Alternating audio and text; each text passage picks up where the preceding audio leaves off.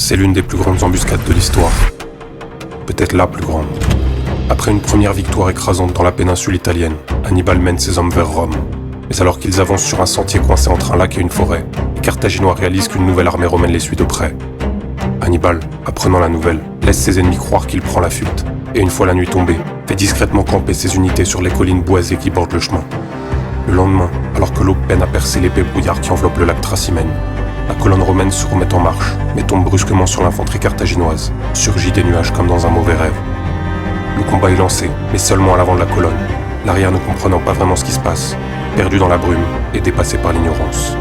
À l'avant, on commence à saisir que l'infanterie adverse n'est pas au complet, et qu'il s'agit probablement d'un piège. Effectivement, et c'est beaucoup trop tard. Les Romains sont maintenant empêtrés dans un goulet d'étranglement, et désunis en plein brouillard. C'est à ce moment que le reste des Carthaginois dévale la colline et surprend la colonne apathique.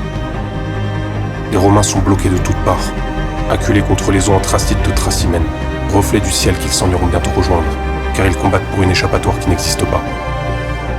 Alors déjà vaincus, ils cèdent à la panique, et fuient par le lac où la plupart d'entre eux disparaissent.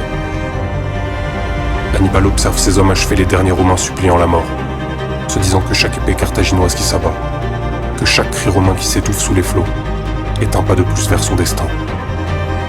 L'anéantissement de Rome